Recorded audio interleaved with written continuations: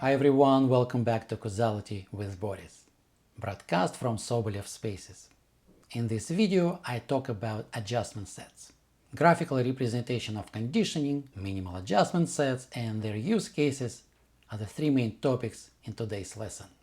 Now, be sure to stick around to the end of the video. I review 4 use cases for the adjustment set in causal analysis. In his tweet on the centennial of correlation and causality, the article that started it all, Professor Judea Pearl observes that the torture of working with equations can now be circumvented by one look at the causal diagram. Of course, the author, Cyril Wright, invented the path analysis, but Pearl is right. Visualization of conditioning is more powerful than dealing with Wright's equations, which are linear anyway. All adjustment criteria use a simple but powerful idea. When we condition on a variable, we exclude its variation from consideration. And then we reason. Variables with fixed values cannot be responsible for variations in other variables. Fixed factors cannot be responsible for differences between treatment groups. We then extend this idea to a dependency graph. Conditioning blocks all non-causal paths between treatment and outcome, and the remaining paths must be causal, so we can rule out non-causal covariation between treatment and outcome. You see, when we condition on variables from the adjustment set, their fixed values block other influences on treatment and outcome. We look at dependency graph. We see paths between treatment and outcome, some causal, some non-causal. Then we ask if we can identify treatment effect by conditioning on the variables in non-causal paths. And the answer is yes, if fixed values of these variables can block all paths with an arrow pointing to treatment. In this case, we attribute changes in outcome to treatment. Let's take a look at this dependency graph. It shows the phenomenology of timing mortality association after hip fracture. Timing of surgery is the study variable. Post-operative death is the outcome. Nodes represent other factors at play, and the solid arrows show directions of dependency among them. The dashed arrow represents the putative effect of surgery timing. You see, the graph shows all known dependencies among factors that may produce non-causal covariation between timing and outcome of surgery. Let's imagine what conditioning on a node will look like graphically. There will be no arrows pointing to or from this node.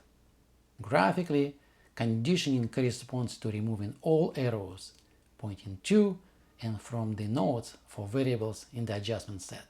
In this graph here, you can see the orange nodes: treatment era, hospital type, readiness for surgery, age, health status, and the procedure type.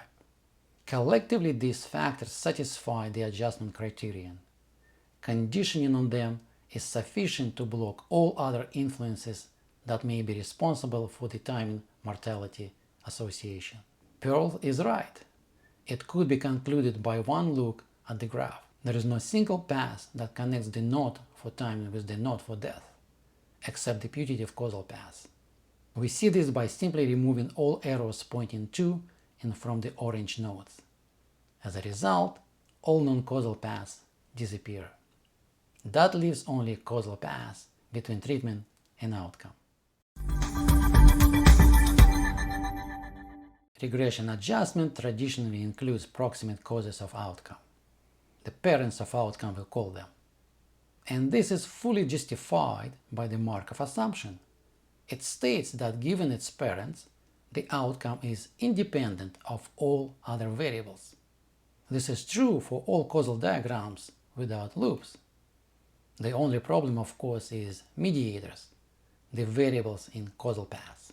Treatment models include immediate causes of treatment, the parents of treatment choice.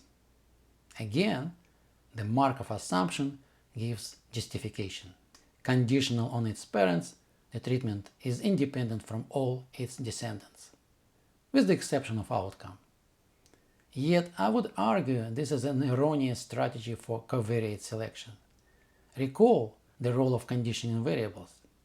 They are here to block non-causal paths between treatment and outcome.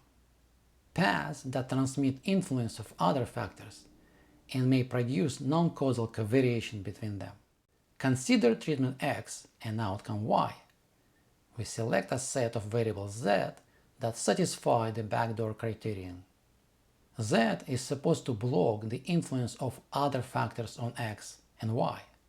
In a post-regression analysis, we compute the mean outcome when X is set to 1 and then when it's 0. In both cases, holding covariate Z constant. So, stratification and regression adjustment are the same methodology conceptually. There is just more and restrictive assumptions for regression analysis. On the other hand, the stratification doesn't assume any functional form for the relationship between treatment and outcome. But let's take another look at the adjustment formula. It doesn't say that the conditioning variables should be good predictors of outcome. We just need the mean outcome for each treatment choice, given conditioning variables. In practice, applying the adjustment criterion may yield too many variables.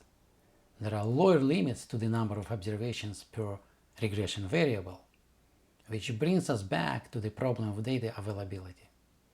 The very problem we try to solve by going from stratification to modeling. That's why we are really interested in a minimally necessary adjustment set. What's a minimal set? It does not contain any other conditioning sets. Consider a sufficient set from the backdoor criterion with the smallest number of covariates. Sufficient here means only needed variables. I call it minimally necessary adjustment set. Again, complex diagrams may contain many backdoor paths, so identifying a sufficient set can be challenging. There are several software applications to help us. My favorite is DAGD. In this diagram here you can see their popular example. In 2008, Schreier and Platt published a diagram. It describes factors involved with the effect of warming up on the risk of injury. Starting at the top, the coach influence on team motivation, which affects both the probability of previous injury and players' compliance with warm-up exercises. In general, genetics affects fitness level, and the coach fitness program is another factor for it. Genetics may also affect the presence of connective tissue disorders. In turn, they lead to injury. Both connective tissue disorders and fitness level affect neuromuscular fatigue. It in turn affects the probability of injury. And finally, contact sports increase the probability of previous injuries. Using DAGD, we find minimally sufficient adjustment set.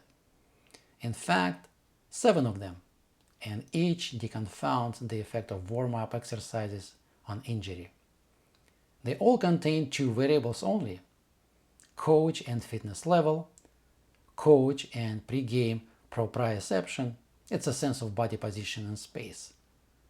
Then connective tissue disorder and neuromuscular fatigue, fitness level and genetics, fitness level again and team motivation, fatigue and tissue weakness, again proprioception and team motivation. 7 pairs. Surprisingly, controlling for only 2 factors can be sufficient for identifying a treatment effect. Wait, what? We have 7 adjustment sets now? Is it reasonable to assume that 7 possible regression models will result in different estimates of the effect size? Absolutely. After all, randomized trials get different results all the time. Then we meta-analyze them to summarize the effects reported by multiple trials. Dependency graphs tell us which variables to condition on, and not how to enter them into a regression model.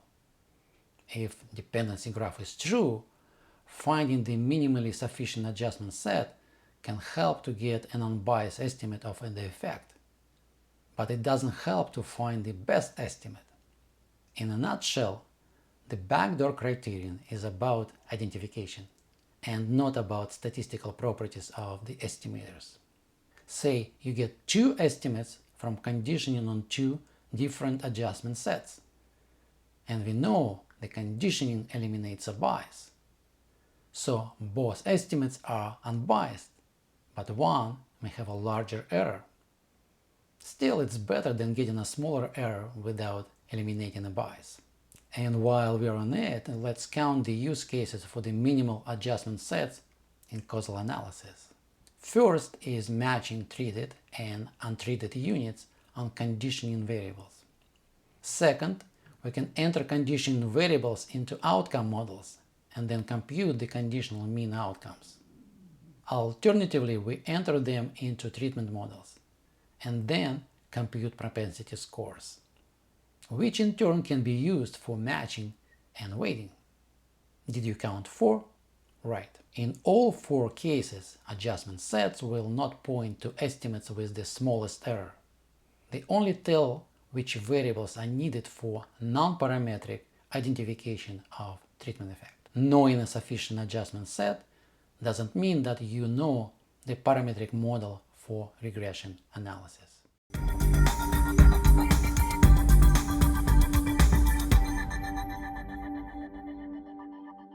So this video's main message is that adjustment criteria are about identification and not about estimation error. You learned how to visualize conditioning in causal diagrams. And then you learned about 4 use cases for the adjustment sets: matching on conditioning variables, outcome models, treatment models and weighting, and treatment models with matching. Don't miss the key reasoning of causal analysis. We see association, we rule out covariation, and then we attribute changes in outcome to treatment. Keep on watching.